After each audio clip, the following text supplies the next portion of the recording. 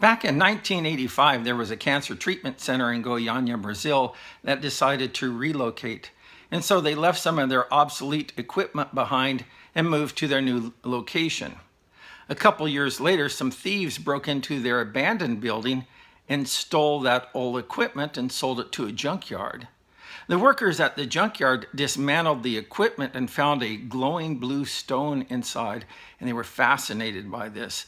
And so they broke it apart and they gave it to their family and friends.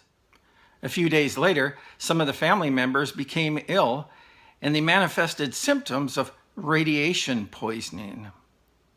By the time that this crisis was over, 4 people were dead, scores of people were hospitalized, and 100,000 people in Goiânia, Brazil had to be placed under observation for contamination from this radiation.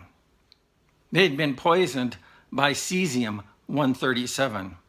There's only one drug available that is an antidote to cesium-137, and that's radiogardase.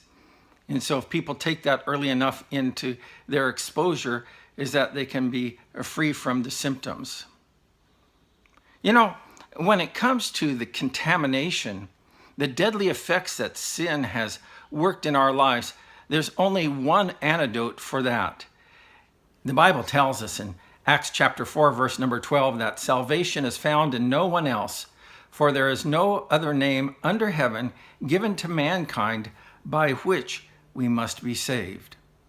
And so your only hope, my only hope, for us to stand before God safely and securely in judgment is to put our faith and trust in our Lord Jesus Christ. He's the antidote for the sin that has contaminated the world. I'm Pastor Kerry. Thanks for listening. God bless.